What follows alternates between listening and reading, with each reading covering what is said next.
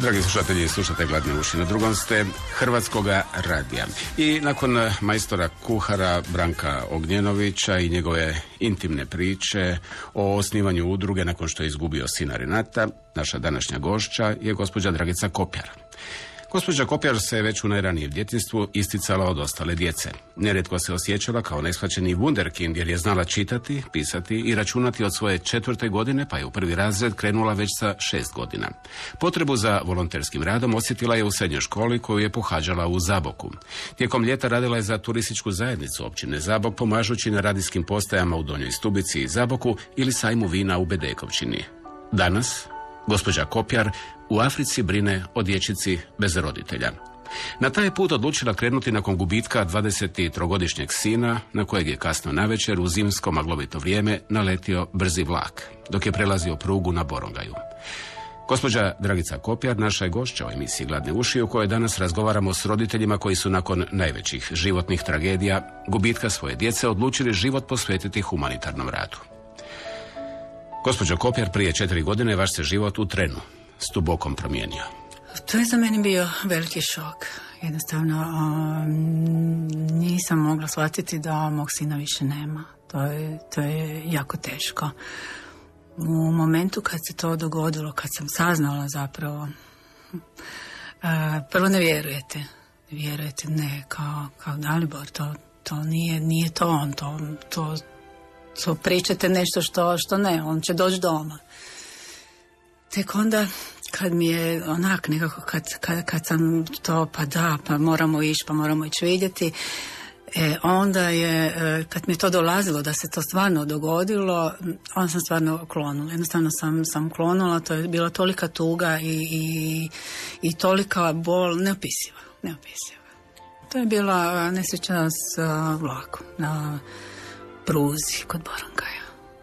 Kako ste se vi oporavljali? Da ne kažem kako ste se vi dizali iz mrtvih? Iz dana u dan nekako, malo pomalo. Za to treba zaista vremena. To su trenuci kad, pogotovo majka kad izgubi sina, veoma teški.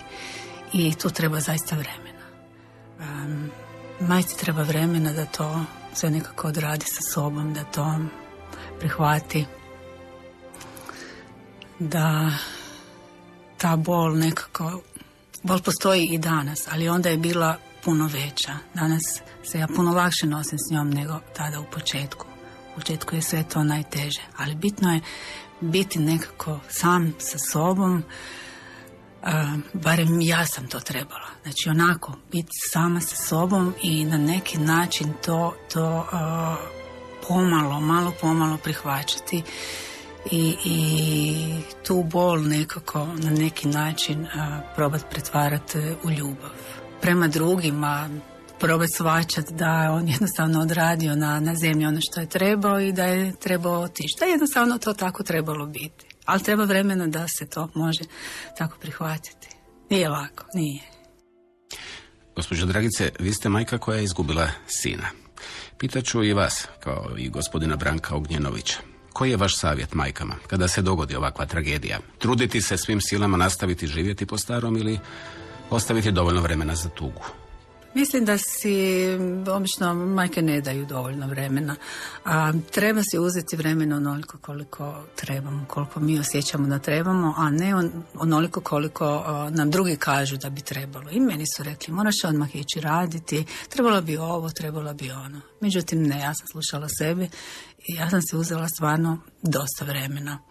I toliko mi je bilo potrebno, jer ja sam stvarno od tuge, od žalosti, od boli, nisam mogla jesti, smršavila sam jako puno, jedva da sam mogla popiti čaj. Znači stisne vam se grlo i ne možete, jednostavno ste stisnuti od boli, od misli na sina. Tako da meni je trebalo dugo, što od fizičkog oporavka, znači tjelesnog, jer sam morala vratiti tu svu snagu, sve to izgubljene te kile i ono iznutra, znači duša, liječiti dušu, to je ono najbitnije. Trebala mi je ta moja samoća, to sam pokušala i meditirati dosta. Otišla sam i u jedne toplice na oporavak na mjesec dana. Tu mi je puno pomoglo. Znači tu sam se dosta oporavljala, baš duševno. Tamo je bila i jedna kapelica, Gospod zdravlja, pa sam svakodnevno tamo, znači to je bilo u Istri. Mirogoj mi je bio daleko, otići zapaliti svijeću, pa sam tamo palila svijeće svaki dan. I jednostavno sam u miru i tišini, u zelenilu, nekako pokušavala shvaćati sve to što se dogodilo, zašto se dogodilo, kako ću dalje. 11 sati i 48 minuta, dragi slušatelji, na drugom ste Hrvatskog radija. Današnje gošća emisije Gladne uši, u kojoj razgovaramo s roditeljima koji su nakon najvećih životnih tragedija, gubitka djece, odlučili život posvetiti humanitarnom radu, gospođa Dragica Kopjar. Gospođo Kopjar, radili ste 32 godine kao ekonomistica, no nakon smrti svoga sina napustili ste posao. Svoju ste otpremninu odlučili uložiti na pomaganje drugima. Izabrali ste Franjevačku misiju i volontiranje u Africi. Jeste li vi pronašli Afriku ili je Afrika pronašla vas? Pa ja bih rekla upravo tako da je Afrika pronašla nekako mene, jer baš u tom trenutku mi je trebalo. Bilo je to godinu dana nakon Daliborove smrti. Jednostavno sam u sekundi odlučila da idem u Afriku. I 3 mjeseca poslije toga nisam još bila baš tjelesno oporavljena, još sam imala 45 kila, ali bila sam duhovno jaka. Duhovno sam zaista bila već jaka, stabilna i čak sam se sama sebi čudila koliko mogu, koliko sam napredovala u tih godinu dana. I jednostavno 3 mjeseca poslije toga sam otišla u Afriku nakon odluke. Sve se izrealiziralo. Da, možete li se sjetiti što vas je dočekalo u Africi? U Africi puno siromaštva, puno dječice, lijepe, prekrasne dječice, vesele, sretne, puno siromašnih ljudi po selima, sirotište, sve nekako. Kad sam to vidjela, kada sam pomalo zaboravljala na tu svoju bol i tugu i jednostavno sam se prepustila. Prepustila sam se svemu tome i uživala u svemu tome, s djecom, obilascima sela, kupovini hrane za sve siromašne. Najviše za te velike obitelji s puno djece. To mi se zapravo najviše dojmilo. Kod njih sam se ponovo vraćala sa kutijama hrane. Kad ste na licu mjesta, onda je to sasvim nešto drugo. Jer ovdje kad pričamo o tome, mi koji smo bili, to je ponekad je teško objasniti uopće taj osjećaj i to što mi tamo doživimo. Znači nije isto gledati na televiziji ili biti direktno tamo na licu mjesta. To je sasvim jedan drugi osjećaj ja sam imala osjećaj da sam stvarno na pravom mjestu, da radim zaista nešto korisno, nešto vrijedno, da sam baš tu gdje trebam biti, da jednostavno sam poslana tamo da nešto napravim. Tad sam tamo zapravo i shvatila da ću to nastaviti i dalje raditi, da ću pomagati i kad se vratim nazad u Hrvatsku, da ću nešto napraviti. Tako je i bilo. Da, tako je i bilo. Po povratku u Hrvatsku nastao je Plavi anđeo. Da, tako je nastao i Plavi anđeo odmah 2 mjeseca nakon mog povratka, 28.10.2011. Već sam osnovala udrugu Plavi anđeo. Udruga se bavi upravo pomoći u Africi, znači djeci u Africi, trenutno je to Uganda i Kenija, pomoći u Indiji i Nepalu. Dakle, nakon što je zaživjela vaša udruga Plavi anđeo, uslijedila su vaša putovanja u, ako dobro pamtim, Ugandu, Nepal i potom Indiju. Možete li nam ukratko ispričati koje impresije i sjećanja nosite iz Indije? U Indiji sam bila ove godine, početkom godine, volontirala sam na jugu Indije, u Tiruvannamalaju i nakon toga sam otišla u Kalkutu u kuću Majke Tereze. Tako su mi rekli da još niko nije volontiralo. Možda bio neko u posjeti i tamo imaju i 2 časne koje su sada, koje su već 7 godina tamo. To sam saznala kasnije, zapravo zadnji dan prije odlasku. Ali niko nije bio tamo duže i volontirao. Mene Majka Tereza uvijek nekako fascinirala zapravo svojim radom, svojim načinom, svojim postupcima. I kad sam osnovala udrugu, uvijek mi je nekako to bilo negdje pa jednog dana ću otići tamo gdje je ona djelovala, da vidim gdje je bila, što je radila, da pričam tamo i sa sestrama i tako. I evo, to se nekako dogodilo. Ja sam bila u Indiji, znači ovo mi je bio već 4. puta i svaki put kad sam išla, mislila sam sad ću ići. Ali ove godine se to tek posložilo, znači da idem volontirati u Tiruvannamalai i da nakon toga onda odem u Kalkutu. Gospođo Dragice, rekli ste da ste početkom ove godine volontirali u sirotištu na jugu Indije i u kućama Majke Tereze u Kalkuti. O kakvim je kućama riječ? Ima nekoliko kuća tamo. Jako je to teško. To zaista treba doživjeti, tako je teško to opisati. Najteža je zapravo ta kuća umirućih gdje se skupljaju ili jednostavno bolje reći gdje dolaze ljudi s ulice kojima je ostalo možda još nekoliko dana života i onda oni jednostavno dođu u kuću dostojanstveno umriti. Časne sestre, znači, prihvate sve koji se pojave ili nekog dovede, daju im krevet, daju im hranu i ti se ljudi zaista osjećaju kao ljudi, znači više nisu na ulici, ne umru na ulici, nego stvarno imaju to neko dostojanstvo, barem tih zadnjih dana. I tu je dosta to sve potresno. Ostale kuće su znači jedna druga kuća, ova se nalazi na Kaligatu, to je ta kao četvrt Kaligat. Ostala kuća je za odrasle ljude koji su sa psihičkim poremećajima, i žene i muškarci zajedno, njih ima pa skoro oko 200.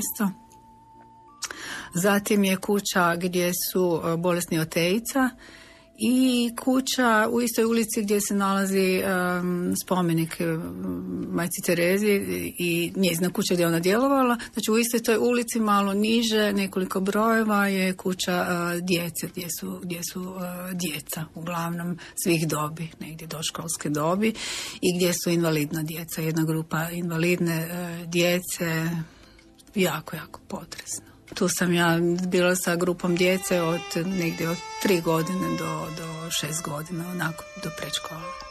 Dragi slušatelji, u današnjim Gladnim ušima razgovaramo s roditeljima koji su nakon najvećih životnih tragedija, gubitka djece, odlučili život posvetiti humanitarnom radu.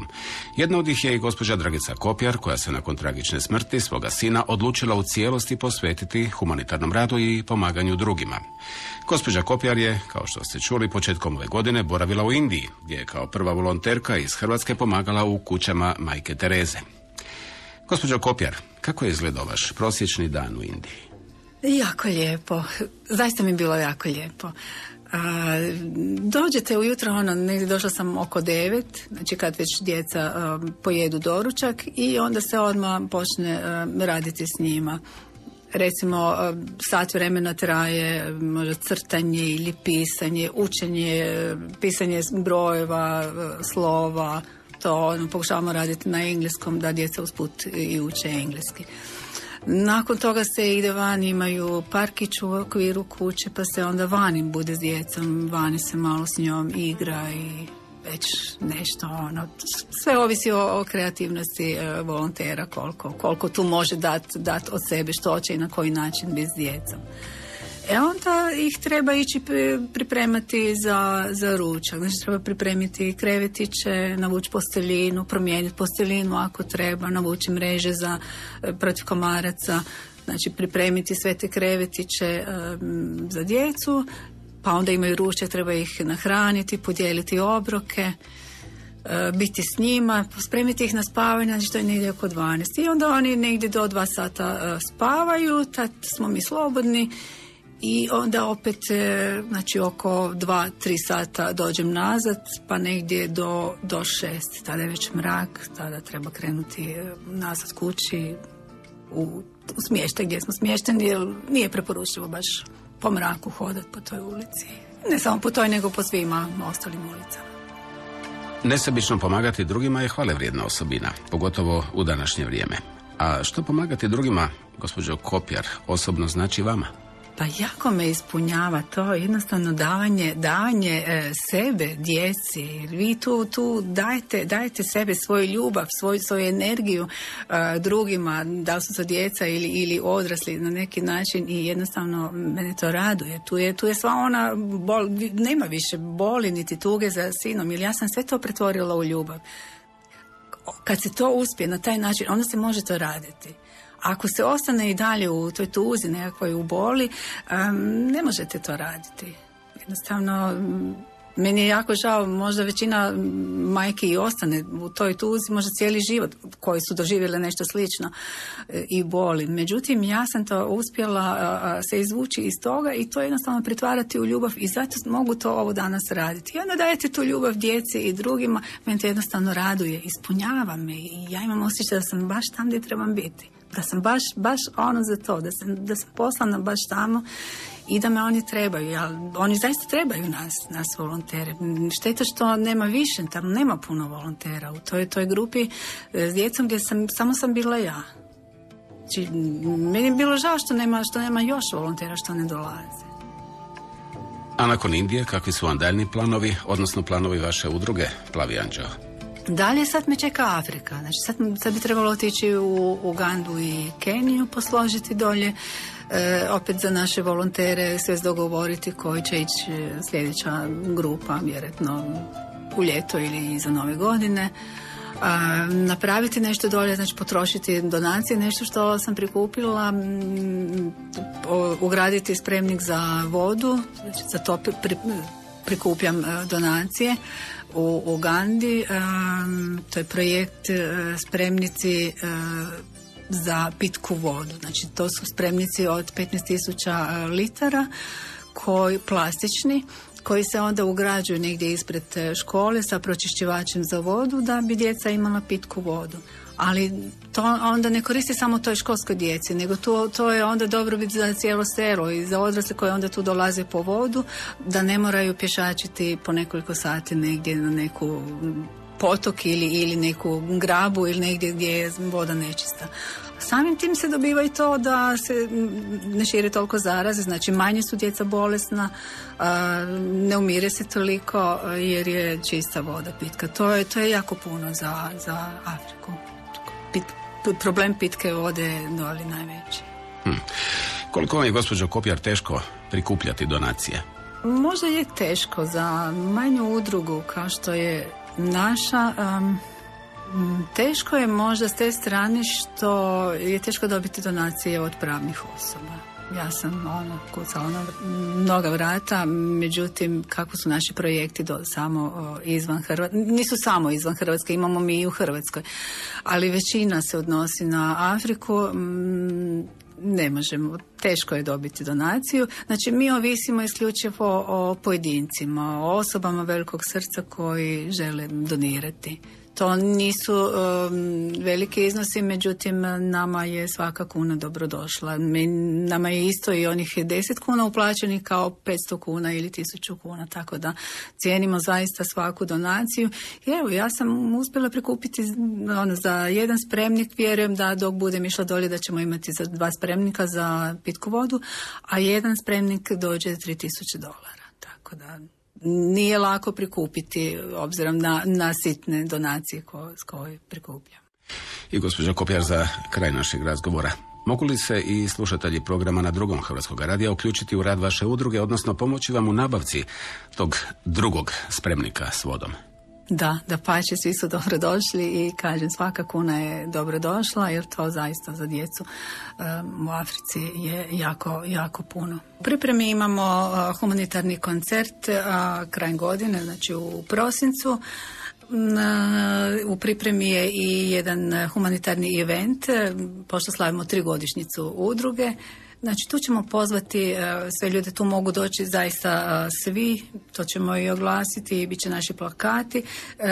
Tim putem prikupljamo isto donacije za sve naše projekte. Također imamo razna predavanja po knjižnicama, imat ću jedno svoje osobno predavanje po Indiji i u Africi kao volontiranjem kroz Afriku i Indiju isto krajem studenog. Također po školama imamo predavanje, zovu nas razne škole. Znači škole i djeca pokušavaju prikupiti isto za nas donacije na neki način i uplatiti na žiro račun za naše projekte. Puno hvala, ja im se zaista zahvaljujem ovom prilikom svima koji su do sada uplatili i svim budućim donatorima. Hvala i vama, gospođo Kopjar, u ime svih kojima ste svojim požrtvovnim radom i ljubavlju do sada pomogli. A za kraj našeg razgovora, dragi slušatelji, poslušajte u kakvoj je vezi naša gošća i Međunarodni glazbeni festival 20 dana Milka Kelemena koji će se održati u Slatini od danas do subota 11. listopada. Festival će, recimo i to ove godine, proslaviti čak 3 jubileja. 90. rođendan Milka Kelemena, 20. obljetnicu festivala Dani Milka Kelemena te 30 godina rada Zavičajnog muzeja Slatina. Zadovoljstvo nam je najaviti da će sutra od 20 sati na festivalu u Slatini kao umjetnica na gongu nastupiti i naša današnja gošća, gospođa Dragica Kopjar, koja se uz humanitarni rad posvetila glazbi i zvuku ovog drevnog instrumenta. Publika u Narodnom domu u Slatini uživat će u 2 improvizacije za violončelo i gong u izvedbi violončelistice Ljerke Končar i gospođe Dragice Kopjar.